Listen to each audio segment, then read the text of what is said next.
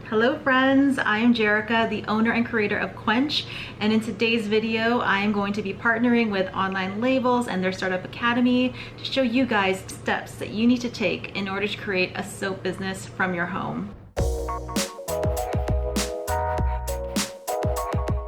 So the first thing you want to do is do your research and figure out how to make an awesome bar of soap. And you're in luck because there are so many resources online that provide recipes, that tell you what ingredients to use, basically walks you through the entire process. I figured out how to make soap from watching Soap Queen's YouTube channel, and that channel is amazing for all things soap. She provides awesome recipes, she shows you what ingredients to use, and walks you through the equipment that you will need. So her channel is an awesome place to start. The whole process of making soap is so intimidating and there's a lot of chemistry behind it, so it's always great to do your research and watch a seasoned soap maker do their thing before you decide that you want to jump into it yourself. So after you've made that awesome bar of soap, the next step is to test. Because our products are going on people's skin, you really want to know your product inside and out. And the only way you'll be able to do that is through thorough testing. And you really want to put your products through the ringer so you know exactly how your product will react in most scenarios. There are a lot of questions that you will be asked when you're selling your soap, and you want to be prepared for these answers when they come. Is your product safe to use? Is it shelf stable? How does your product perform in different types of environments? How long does your product even last? These are all questions that you'll be able to answer once you do all of your testing. So the next step is to figure out what permits, licenses, registrations you will possibly need in order to conduct your business legally.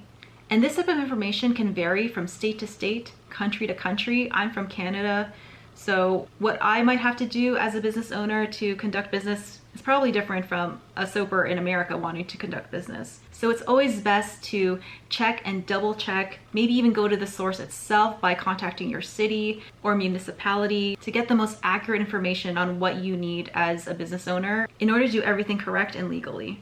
The next step is to craft your brand and company name. I find so many soap makers put in so much time and effort to create beautiful and amazing bars of soap, but don't spend that same amount of time into crafting their brand and figuring out their company name. And in some ways, I feel like this step might be more important than creating a great product. Because if you don't have the right brand or the right company name, you might find that sales are going to be really tough. And in creating your brand, you really want to think about your target customer and understand their desires and what they want in a company and be able to apply that to your own company. You want to take the time to sit and think about what you want your company to represent so that when you talk to people about your company and brand and what it's all about, you come off as authentic and passionate about what you're selling. But at the same time, you also want to pay attention to current trends and also to companies that are currently selling to your target market and seeing what's working for them and understanding what makes their company so appealing to that type of customer. So after you've created your brand and your company name, then the next step is to decide on your packaging. In deciding your packaging, you want it to be eye-catching, beautiful, clean, and representative of the brand that you're trying to convey. So for our customer in particular, for our company, we really want to target people that love clean and simple lines. And that is why I love OnlineLabels so much. They offer such a huge selection of labels that can fit all types of budgets, that can really fit all types of brands. There is no way you're gonna go on that website and walk away without finding what you need for your company. We love using the 2" by 2" clear glossy labels as our soap labels, and they provide such professional looking product that our customers love. So this is definitely something that you really want to think about and put a lot of time into, because how beautifully your products are packaged will translate so well on your website and on your social media, and will 100% help you get more sales if you do it right. Speaking of social media, the next step is to set up all of your social media. So once you have your company name and your brand all figured out, you want to go into Instagram, Facebook, and set up a page for your company. And this step is super hard when you're first starting out because you'll be posting and people probably won't be liking it. It might feel like you're screaming into a void and no one's listening to you. That's okay, and get used to that. It might take a while to build a following, And you shouldn't let that frustrate you. Even though it's going to be so difficult in the beginning to post without getting that engagement, if you stick with it, you will find that engagement and likes, they will increase over time. And one tip when it comes to social media, don't always be selling to your customers. Talk about your process. Talk about the exciting things that your company is currently doing behind the scenes. This kind of content really resonates with people, and you'll find that if you're focused more on your company and its processes and providing value instead of selling all the time to people, that engagement and those likes are going to start to come rolling in. So once you start to post on your social media and you start to get some attention, the next stage is to figure out where you're going to sell your product. There are so many ways to sell your product and so many different avenues. For us as a company, we like to be everywhere. We do farmers markets, we do events, and we also sell online on Etsy and on Shopify, on our own website. If your town has a farmer's market, I 100% recommend attending that farmer's market, seeing the other vendors and what they have to offer. And if you find that your product and your company is a good fit, that farmer's market will likely have a website that you can find online, and then you can contact the market manager and speak to them about possibly joining as a vendor. That's what we did. And once you start going to farmers markets, you'll start to make friends with vendors who will tell you about local events that you can attend as a vendor.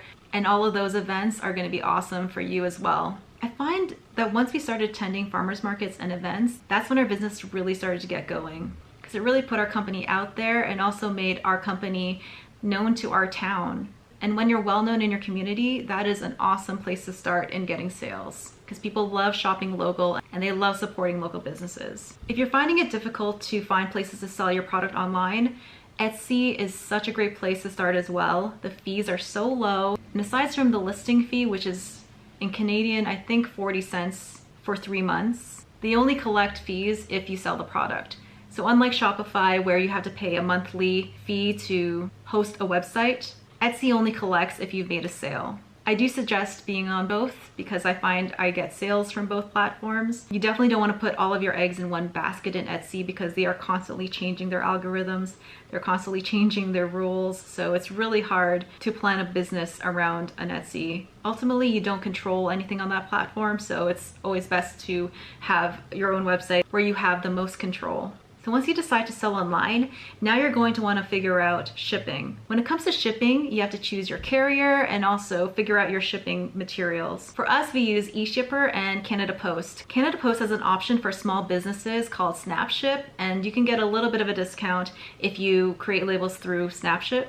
And the more you ship over time, the bigger your discount gets. We've been super happy with both eShipper and Canada Post, so we mainly ship with them. When it comes to shipping materials, we currently use staples for all of our boxes and our tape, crinkle fill, bubble wrap. They are our one-stop shop for everything shipping. And so the last step I have in starting a soap business from home is to be flexible and to not be afraid to adjust. The longer you are in business, the more you'll be able to see what's working and what's not. And you need to be super okay with letting go of the things that aren't working and doubling down on what is. The soap industry goes through changes all the time. Customers change all the time. So it's really important to pay attention to what's going on and to make adjustments where needed so that your company can continue to grow and evolve with your customers so you're not left behind. So that's it. Those are my steps that you will need to take in order to start a soap business from home. I really hope you found this type of video helpful. If you want to know more about anything that I've talked about,